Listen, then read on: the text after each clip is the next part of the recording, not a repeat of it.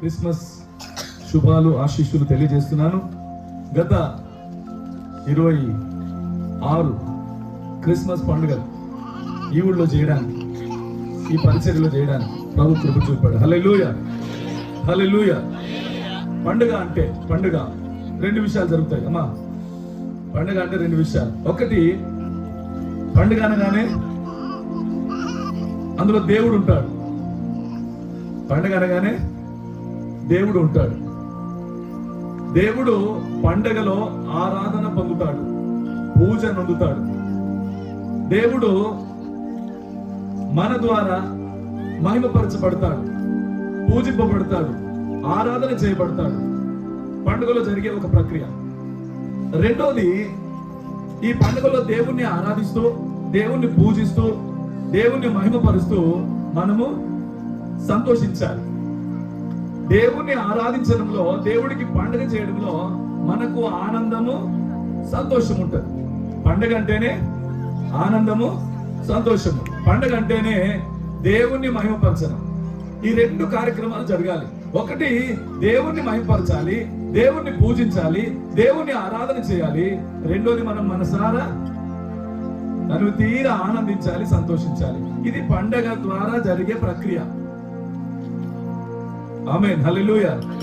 గట్టిగా చెప్పాలి, హల్లెలూయా, హల్లెలూయా. మంచిది ప్రియులారా, దేవుని వాక్యంలో మనం చూసిన యెషయా గ్రంథం 9వ అధ్యాయం 2వ వచనంలో చెప్పిన మాట, చీకట్లో నడుచు జనులు. అందరూ చదవాలి, అందరూ చదవండి. 1 2 3 స్టార్ట్.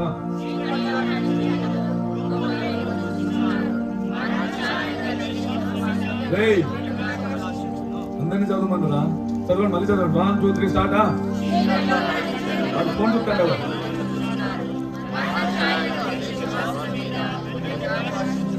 అందరూ చదువుతలేదా? మళ్ళీ చదవాలి. 1 2 3 స్టార్ట్. అమ్మా చదవచ్చిన వాళ్ళందరూ చదవాలి. ఆమేన్, హల్లెలూయా. చీకట్లో నడుచు జనులు గొప్ప వెలుగు మరణ ఛాయగల దేశముల మీద,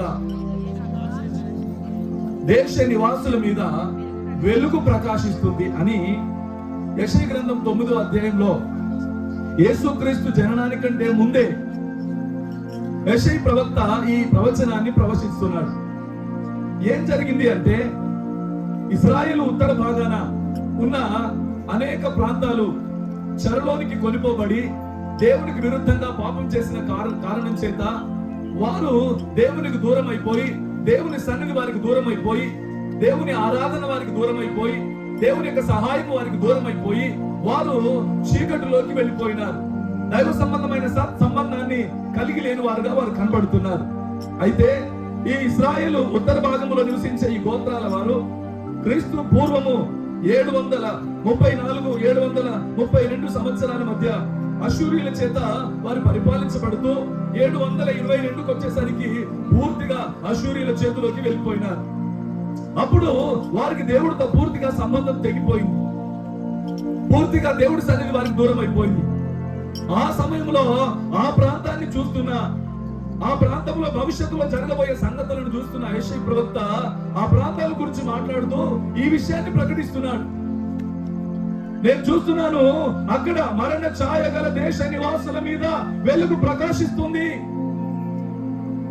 అని రాబోయే సంగతిని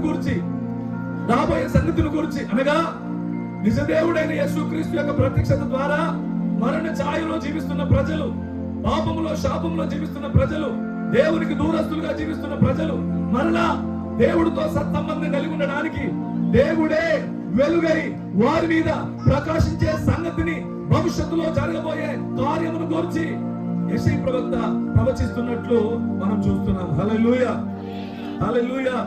యేసు ప్రభు ఈ లోకానికి వచ్చిన తర్వాత అదే ఇశ్రాయేలు ఉత్తర భాగాన ఆ గలిలయ ప్రాంతమంతా కూడా ఆయన తిరిగి నశిస్తున్న ప్రజలకు, ఇదిగో పరలోక రాజ్యము సమీపించున్నది, దేవుని రాజ్యము సమీపించున్నది కనుక మారు మనసు పొంది రక్షణ పొందండి, మీరందరూ దేవుని రాజ్యానికి వారసులు కావాలి, ఇంకా మీరు చీకట్లో ఉండడానికి లేదు, ఆధ్యాత్మికమైన వెలుగులోకి రావాలి, ఈ పాపం అనే చీకటి నుండి మీరు విడిపించబడి దేవుని ప్రజలుగా మీరు పరివర్తన చెందడం ద్వారా దేవుని రాజ్యానికి వారసులు ఉన్నట్లు మీరు వెలుగు సంబంధులు కావాలి అనే సత్యాన్ని యేసు ప్రభు వారు ఈ లోకానికి వచ్చి ఆయన ప్రకటించినట్లు దేవుని వాక్యములో మనం చూస్తున్నాం.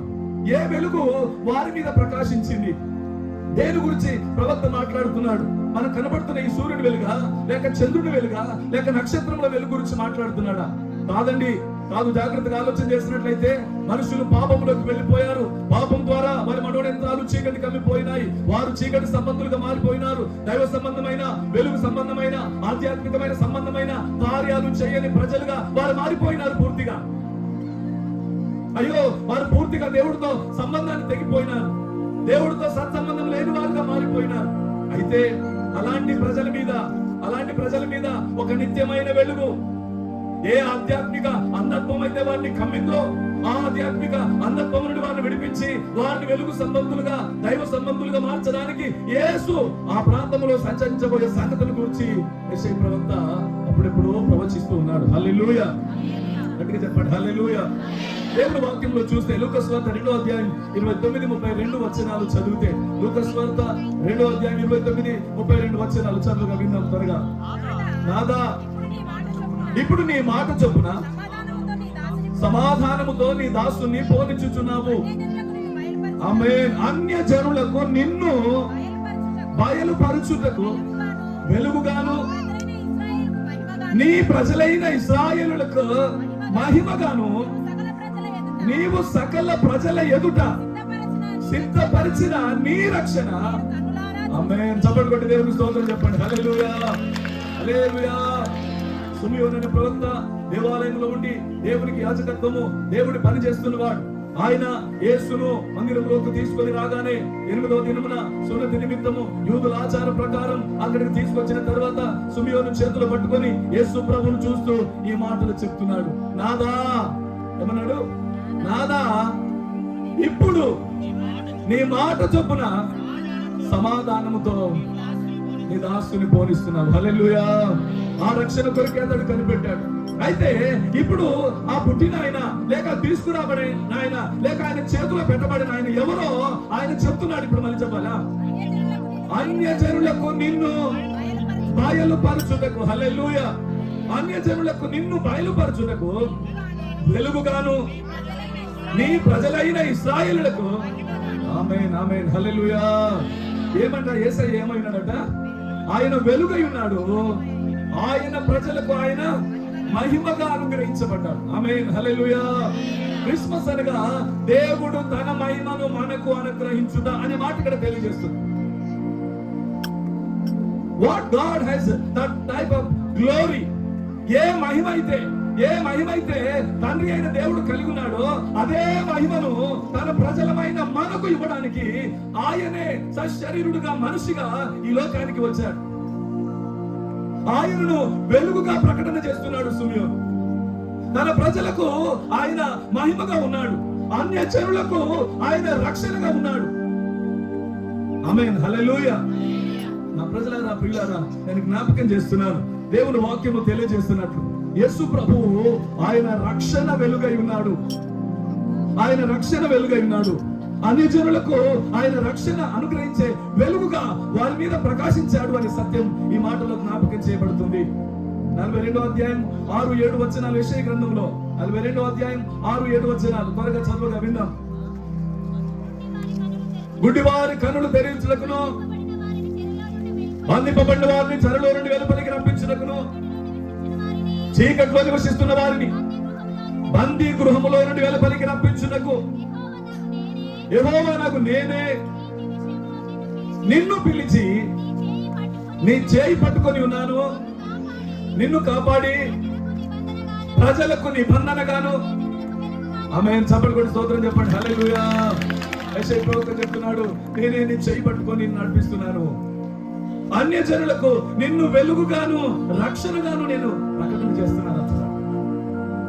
నా ప్రియులరా, మరణ ఛాయ గల దేశ నివాసుల మీద ప్రకాశించిన ఆ వెలుగు యేసు క్రీస్తుని జ్ఞాపకం చేస్తుంది. పాత నిబంధన గ్రంథంలో ప్రవచనాలన్నీ కూడా రుజువుపరుస్తున్నాయి.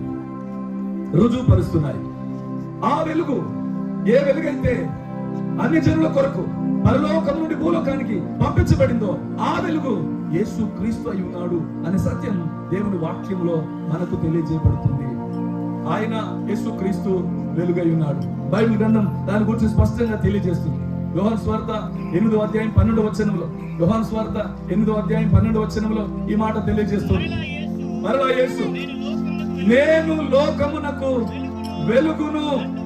ఆమేన్, హల్లెలూయా. చెప్పండి హల్లెలూయా. నేను లోకమునకు వెలుగై ఉన్నాను.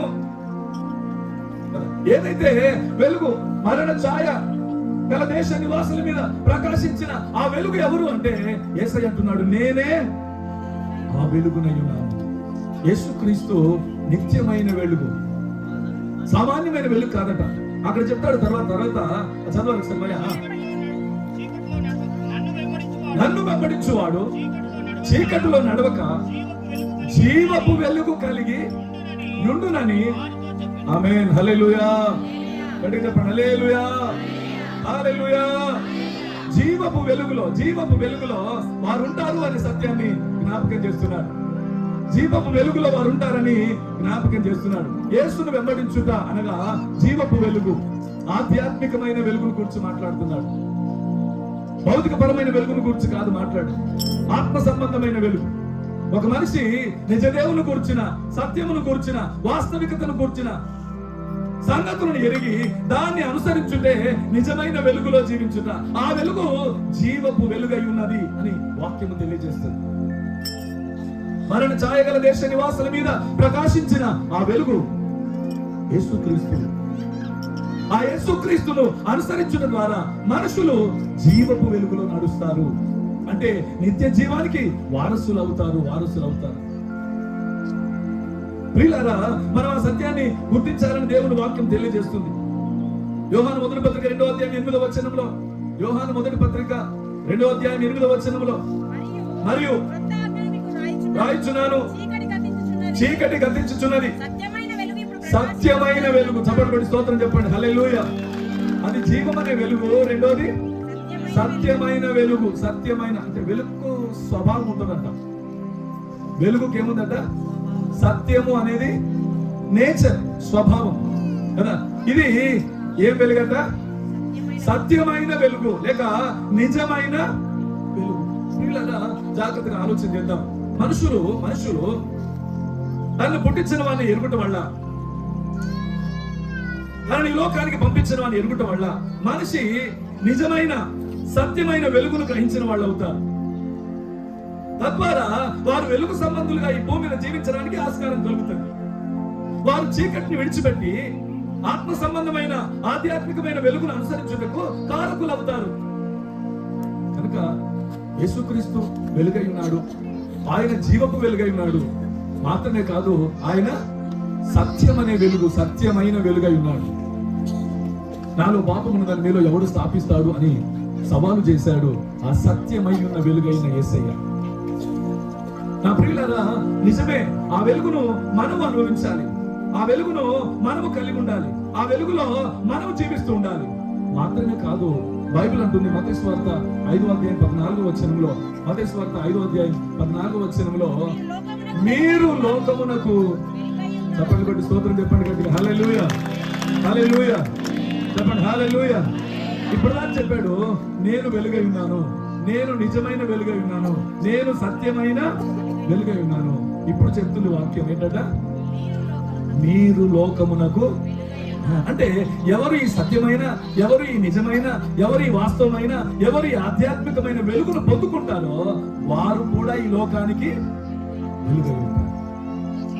యేసుక్రీస్తు ఎలాగో వెలుగై ఉన్నాడో, అవునా? యోహాను సువార్తలో చెప్పబడుతుంది 15వ అధ్యాయంలో, తండ్రి నువ్వే వెలుగైతే లేక ఏ మహిమైతే నాకిచ్చావో అదే మహిమను నేను వారికి ఇచ్చి ఉన్నాను అని చెప్తున్నాడు. అంటే యేసు ఏ వెలుగు కలిగి ఉన్నాడో అదే వెలుగులో జీవించే ఆధిక్యతను మనకిచ్చాడు. యేసు ఏ సత్యమైన, ఏ జీవమైన, ఏ నిజమైన వెలుగు కలిగి ఉన్నాడో అదే వెలుగును మనము కలిగి జీవించాలని కోరుతున్నాడు. దేవుని ప్రజలుగా మనం ఈ భూమి మీద ఏమైనామట? మనము వెలుగై ఉన్నాము. హల్లెలూయా. గట్టిగా చెప్పండి, హల్లెలూయా. నీవు నేను ఈ లోకానికి వెలుగంట. నీవు నేను ఈ లోకానికి దిక్చూసి, నీవు నేను ఈ లోకాన్ని వెలిగించాలి. నీవు నేను ఈ లోకానికి వెలుగును ప్రచురించాలి. చీకట్లో నడుస్తున్న ప్రజలు, ఆధ్యాత్మికమైన అంధకారంలో జీవిస్తున్న ప్రజలు, వాస్తవికతను ఎరగని ప్రజలు నిన్ను నన్ను చూసినప్పుడు, మనం అనుసరిస్తున్న ఆ నిజమైన, ఆ సత్యమైన జీవపు వెలుగును వారు మనలో నుండి కలుగున్నప్పుడు వారికి కూడా ఈ వెలుగు ప్రకాశిస్తుందని వాక్యం తెలియజేస్తుంది. హల్లెలూయా. అనగా యేసును వెంబడిస్తున్న మనము ఆయనలో వెలుగై ఉండాలి. ఆ వెలుగు లోకానికి మన ద్వారా ప్రకాశించాలని ప్రభువారు ఆశిస్తున్నాడు. నువ్వు ఎక్కడుంటే అక్కడ క్రీస్తు సంబంధమైన ఒక వెలుగుగా, ఒక నక్షత్రంగా, ఒక మహిమగా నీవు ఉండాలని యేసయ్య కోరుతున్నాడు.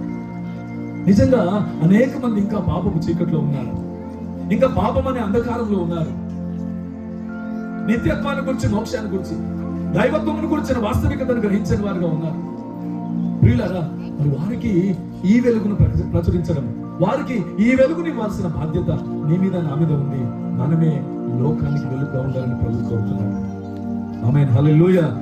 ఎఫెసీ పత్రిక 5వ అధ్యాయం 8వ వచనం ఒక మాట చదివి ముగిస్తాం. ఎఫెసీ పత్రిక 5వ అధ్యాయం 8వ వచనం. మీరు పూర్వమందు చీకటి అయి ఉంటిరి, ఇప్పుడైతే ప్రభువునందు. ఆమేన్, హల్లెలూయా. గట్టిగా చెప్పండి, హల్లెలూయా. ఇప్పుడు సార్ అదే చెప్పినాడు కదా, ఈ వెలుగు మాలోకి రాలేదు, ఈ వెలుగు మేము దూరంగా ఉంటుంది. కానీ ఒకరోజు ఆ వెలుగు మాకు వచ్చింది. ఈ సంఘం అనే ఈ పెద్ద కుటుంబంలో మమ్మల్ని చేర్చింది. మేమందరం కలిసి ఇలాగ సహవాసం చేసే ఇన్ని సంవత్సరాలు ఆధ్యాత్మికంగా కలిసి ఈ జీవపు వెలుగులో, సత్యమైన వెలుగులో నడిచే ఆధిక్యతనిచ్చింది. ఈ రక్షణ వెలుగు అనే సంగతిని తాలిపడా గుర్తు చేశారు. హల్లెలూయా. మీరు ప్రభువునందు ఏమైనారట? వెలుగు. పూర్వమైతే చీకటి అయి ఉంటుంది, ఆధ్యాత్మికమైన అంధకారంలో ఉంటుంది, నిజదేవుని కూర్చున్న గ్రహింపు లేని వారై ఉంటుంది, వాస్తవికతలో జీవించే ఆధిక్యతను ఎరగని వారై ఉంటుంది. కానీ ఇప్పుడు మీరు ప్రభువునందు వెలుగుగా మార్చబడ్డారు. స్తోత్రం చెప్పండి, హల్లెలూయా. ఈ వెలుగు మన మీద ప్రకాశించకపోతే, ఈ వెలుగు ఆకాశం నుండి ఈ భూమి మీదకి ప్రత్యక్షతనిచ్చి ఉండకపోతే మనము వెలిగించబడే వాళ్ళం కాదు.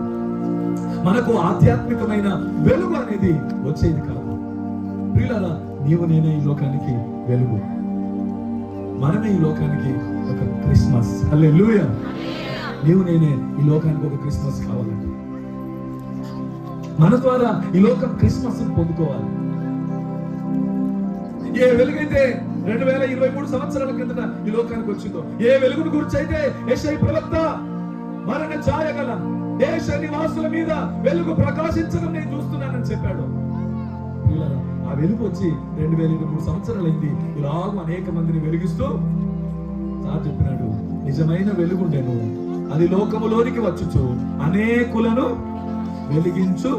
34 సంవత్సరాల కిందట నన్ను వెలిగించిన వెలుగు అలాగే మనందరిని ఒక్కొక్కరు వెలిగిస్తుంది. ఈ వెలుగు అనేకులకు ప్రచురించడానికి, ఈ వెలుగు నిత్యమైన వెలుగు, సత్యమైన వెలుగు, జీవమైన వెలుగు. ఇది ఆరిపోయే వెలుగు కాదు, అంధకారం అయిపోయే వెలుగు అసలు కాదు, ఇది మాసిపోయే వెలుగు కాదు, ఇది శాశ్వతం, నిత్యము ప్రకాశించే.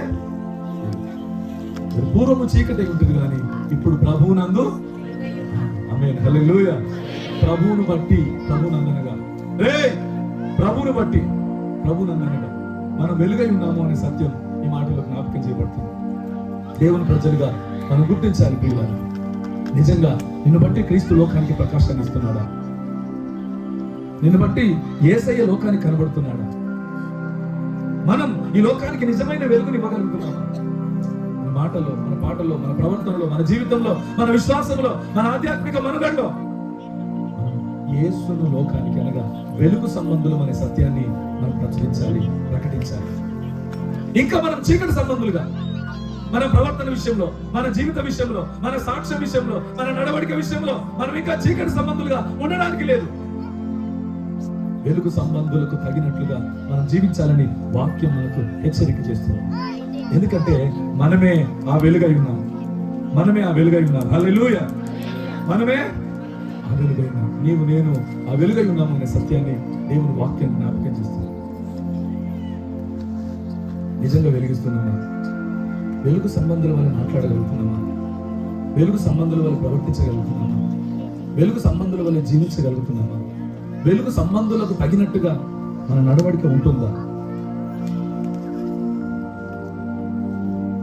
ఇంకా అంధకారంలో ఉన్నట్టు, ఇంకా చీకట్లో ఉన్నట్టు, ఇంకా మరణ ఛాయలో ఉన్నట్టు, ఇంకా ఆధ్యాత్మికమైన నశించే స్థితిలో ఉన్నట్టే మనముంటే దేవుని బిడ్డలకు తగిన వారం కాదు అనే సత్యం ఈ దినాన దేవుని దాసుడిగా నేను జ్ఞాపకం చేస్తున్నాను. మన క్రియలు, మన ప్రవర్తన, మన జీవితం, మన నడవడిక, మన ఆధ్యాత్మిక విధానం వెలుగు సంబంధులకు తగినట్టుగా ఉండాలి అనే సత్యం దేవుని వాక్యాన్ని బట్టి జ్ఞాపకం చేస్తున్నాం. అది ఇంట్లోనైనా బయటనైనా, మనం ఎక్కడున్నప్పటికీ, ఏ పరిస్థితుల్లో ఉన్నప్పటికీ మనం వెలుగు సంబంధులము అనే వాస్తవాన్ని లోకానికి ప్రదర్శించాలి. అప్పుడే మన ద్వారా క్రీస్తు ఈ లోకానికి ప్రకాశాన్ని ఇవ్వగలుగుతాడు.